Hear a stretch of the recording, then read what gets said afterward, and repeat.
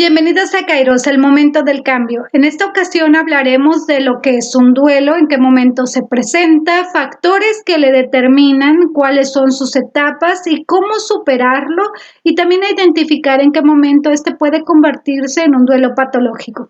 Soy la psicóloga Ariana Rojas Campuzano, egresada con mención honorífica del FES Iztacala UNAM, y te invito a seguir viendo este video.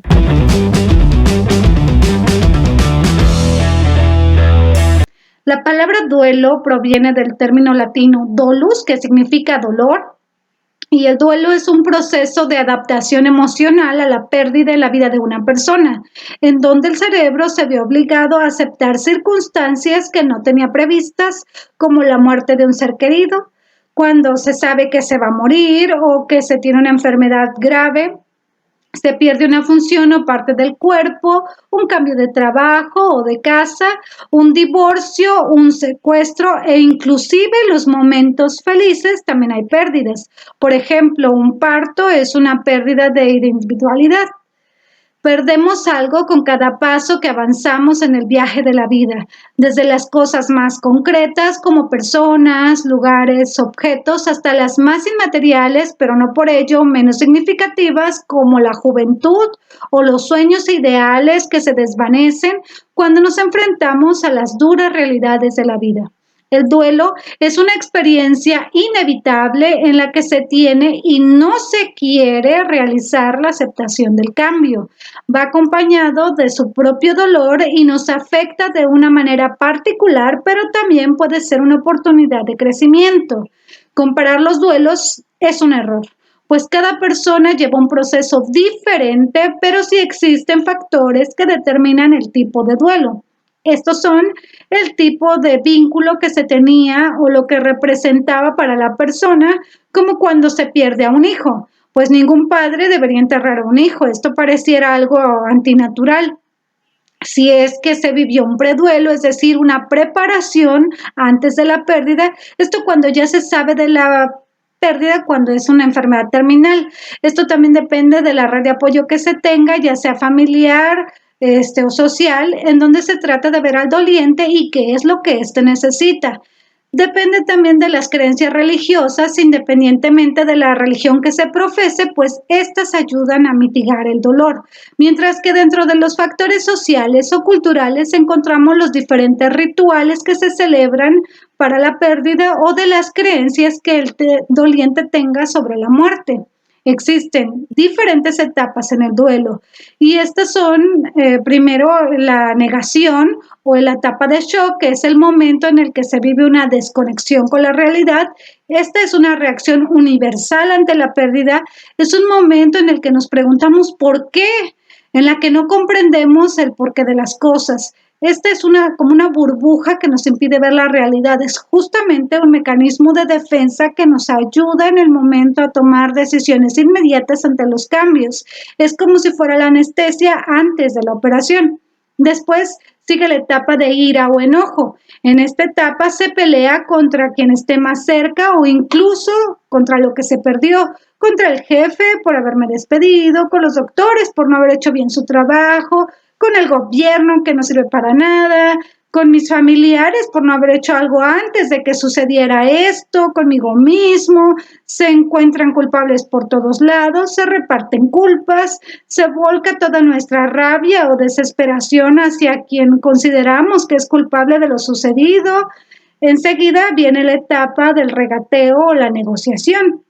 Se comienza a lidiar con la idea de que eso se puede cambiar si se hace cierta cosa, ya sea una manda o una promesa de hacer las cosas diferente, y esto se basa de la culpa, y toda culpa está basada en un absurdo, pues siempre que tomamos una decisión la tomamos basándonos en lo mejor que tenemos en ese momento. Esto quiere decir que por más que hagamos las cosas, pues no va a cambiar. La siguiente etapa es la depresión o la tristeza. En esta etapa se siente un dolor emocional, sentimientos de tristezas, depresión, nos invade el dolor. Es la etapa más larga y difícil, pues las personas que nos acompañan en el duelo desaparecen. Uno empieza a callarse y por eso es la etapa más peligrosa, pues se empiezan a guardar emociones y a acumular en el cuerpo. Se siente dolor en el cuerpo, miedos, insomnio, surge la necesidad del llanto y aquí quiero hacer una pequeña pausa y pedirles que si estás pasando por un duelo, no hagas caso al consejo bien intencionado de quien te dice que no llores, porque eso te hace daño, o con la creencia de que dice que no dejas ir al ser querido, o que los hombres no lloran, pues el llanto es necesario. El dolor demanda sentirse. Llorar hace bien y en esta etapa es necesario llorar todo lo que sea necesario. Y si estás viendo este video para ayudar a alguien más a superar un duelo, nunca le digas que no llore, pues eso sería lo peor que le puedes aconsejar. Las lágrimas son un homenaje a la persona que se fue. Hay duelos que no se superan nunca, pero sí se puede aprender a caminar con ellos. Los duelos se caminan mejor cuando se empieza a entender que se puede homenajear al otro no solo con lágrimas, sino también con las risas, con nostalgia, pero de forma alegre. La última etapa es la aceptación. Aquí se deja de sufrir. No se trata de olvidar, sino más bien de una reincorporación. Es el momento en el que se asimila la pérdida y se toman las mejores experiencias y el aprendizaje de este cambio.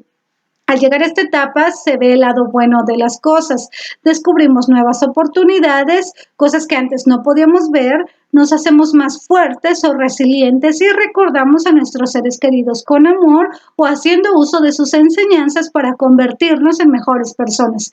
Estas etapas no son lineales ni transversales y puede pasarse de una a otra sin ningún orden durante el proceso de duelo.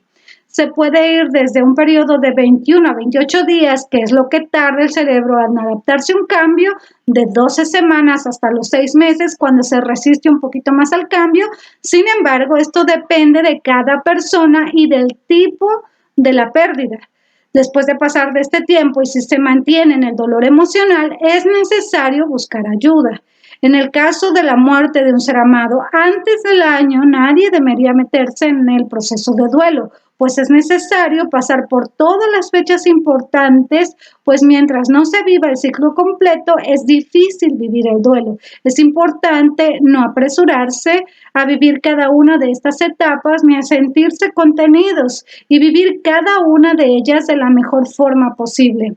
La frase que dice que el tiempo todo lo cura no aplica para esta situación, pues el tiempo no tiene nada que ver, solo da perspectiva. El tiempo por sí solo no cura las cosas.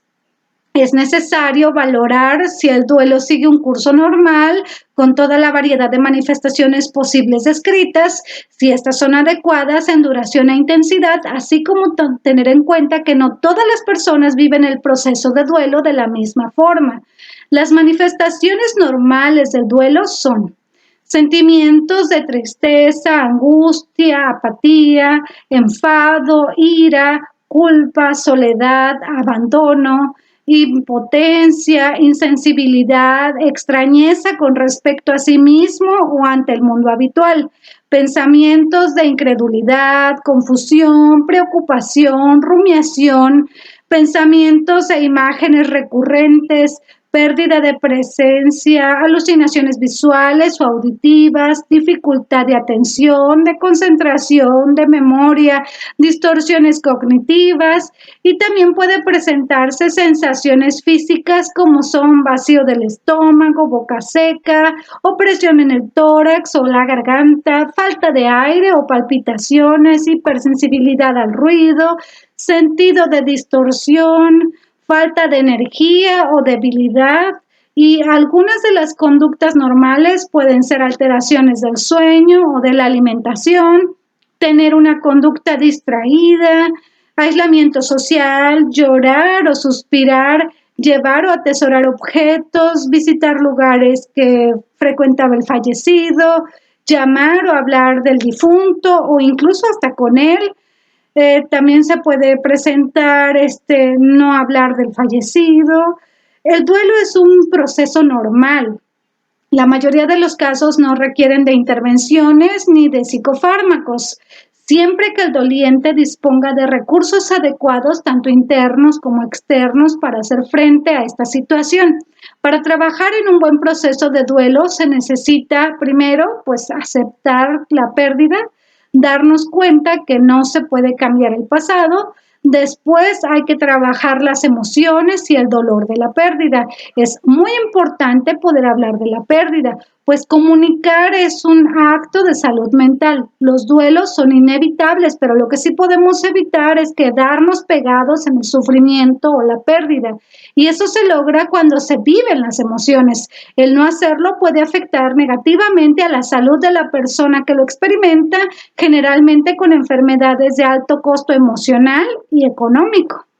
También es necesario adaptarse a un medio nuevo en el que el ser querido está ausente. Esto se logra practicando la gratitud, pues cuando aprendemos a estar agradecidos, eliminamos la decepción. La única forma por la que nos aferramos a las cosas y no las queremos soltar es por la inseguridad y el temor a ser decepcionados. Practicar el desapego es importante hacerlo para que nuestras emociones no dependan de que suceda o no algo, dejando atrás el temor. El miedo a la pérdida surge cuando tenemos baja autoestima o no creemos que podemos ser merecedores de algo. Cuando comprendemos que a pesar de la pérdida de ese trabajo, de esa condición, de ese cambio inesperado o forzoso, o incluso de que ya no vamos a tener a esa persona, nosotros podemos seguir adelante, podemos seguir avanzando, y que para ser libres necesitamos hacer un cambio mental. Se trata de reorganizarnos y seguir viviendo. No todas las personas van a necesitar atención, y en el caso de que la necesitaran habría diferencias individuales, puesto que no se vive el proceso de duelo de la misma forma, ni se disponen de los mismos recursos para afrontarlos. La elaboración del duelo comienza cuando se tiene conciencia de la pérdida tras recibir el diagnóstico o conocer el pronóstico de incurabilidad. Los duelos tienen una contradicción. Por un lado, uno quiere que se pase el dolor y por otro no quiere que se pase. Dentro de la gran variedad de técnicas y estrategias posibles para procesar el duelo, por las que se puede iniciar es hacer una carta o escribir un diario usando una foto, la visualización para expresar las emociones, pensamientos, recuerdos, y llevar a cabo la reconciliación o la despedida, dando significado personal a la experiencia de la pérdida. También la técnica de la silla vacía puede ser de gran ayuda para expresar sentimientos, pensamientos, hacer la reconciliación, despedirse. El éxito de esta técnica viene no de la imaginación, sino de estar en el presente y hablar con la persona fallecida en vez de hablar de la persona fallecida. La reestructuración cognitiva también ayuda mucho en el cambio de los pensamientos negativos o distorsionados causantes de las manifestaciones del duelo patológico por otros más adaptativos. El uso de autoinstrucciones o autorrefuerzos para la adquisición de habilidades y afrontamiento de situaciones difíciles. Detención del pensamiento cuando estos producen ansiedad y no son productivos. Manejo de contingencias, es decir, el refuerzo de conductas adaptativas y la extensión de las desadaptativas. Las técnicas de relajación pueden ser muy útiles para situaciones de ansiedad e insomnio. La planificación de actividades gratificantes y el manejo de habilidades sociales también puede ser muy buena técnica para superar el duelo. Cualquiera de estas técnicas es esencial elegir el momento oportuno y tener en cuenta las particularidades de cada individuo. En algunos casos, el proceso de duelo puede no seguir en un curso normal, complicándose y produciéndose alteraciones importantes en su funcionamiento general de la vida de esta persona que lo experimenta. Esto hace necesario la ayuda especializada, lo cual se conoce como un duelo bloqueado, en donde la persona no pasa de la etapa de la negación, no se permite avanzar y existe un bloqueo emocional completo. También está el duelo complicado, en donde hay factores de riesgo, pues la persona empieza a tomar alcohol, usar drogas o hacer acciones que le pueden provocar algún daño. También está el duelo patológico, En él ya se va más allá de los 6 meses y no se puede seguir con su vida normal antes de que pasara por esta pérdida. Los síntomas del duelo patológico y episodio depresivo mayor son culpa por las cosas más que por las acciones recibidas o no recibidas por el superviviente en el momento de la pérdida, pensamientos intrusivos sobre el fallecido, añoranza, búsqueda del fallecido, esto como resultado del fallecimiento, pensamientos de muerte más que de la voluntad de vivir, sentimiento de que el superviviente debería de haber muerto con la persona fallecida, falta de metas o inactividad respecto al futuro, sensación de indiferencia, una ausencia de respuesta emocional, dificultad para aceptar la muerte, excesiva irritabilidad, enfado, esto en relación a la muerte.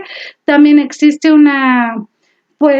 sentido de inutilidad en donde la persona ya no tiene ganas de hacer las cosas, donde tiene una experiencia alucinatoria distinta a escuchar la voz o ver la imagen del fallecido. Es importante que si detectaste que más de 3 síntomas de los antes mencionados están presentes en tu comportamiento o en el de algún ser querido, se busque ayuda para poder procesar ese duelo. Recuerda que un duelo mal procesado puede llevar a consecuencias mayores a largo plazo, puesto que la boca calla, el cuerpo tarde o temprano lo grita.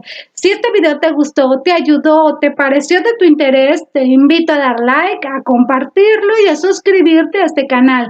Recuerda que tus preguntas y comentarios son muy importantes para mí porque son la base para realizar más videos. Te dejo mis datos de contacto y te invito a ver el siguiente video donde hablaremos de la depresión. Esto a petición de Esmeralda, a quien agradezco sus comentarios y le deseo un excelente día. Nos vemos en el siguiente video.